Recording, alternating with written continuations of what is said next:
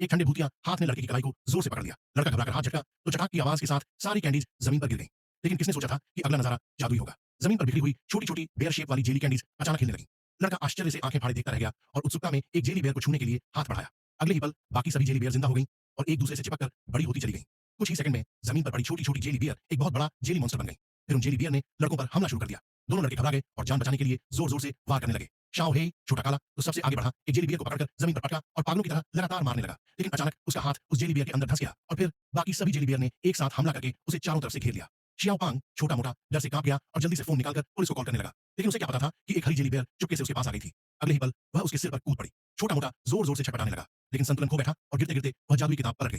किताब से अचानक नीली रोशनी फूट निकली और सू की आवाज के साथ सिर पर चिपकी जेली बियर को अंदर खींच लिया। छोटा मोटा ने राहत की सांस ली, लेकिन जैसे ही उसने सिर उठाया तो देखा कि उसका सबसे अच्छा दोस्त शाओ हे पूरी तरह से उस बड़े जेली मॉन्स्टर के पेट में गायब हो चुका था। छोटा मोटा की आंखें लाल हो गईं। उसने बिना कुछ सोचे जादुई किताब उठाई और उसे बड़े जेली मॉन्स्टर की ओर तान दिया। अगले ही पल किताब से नीली रोशनी निकली और पूरा बड़ा जेली मॉन्स्टर टुकड़े-टुकड़े होकर किताब के अंदर समा गया। इस तरह दोनों लड़कों ने बाल-बाल एक डरावने सपने जैसे संकट से जान बचा ली।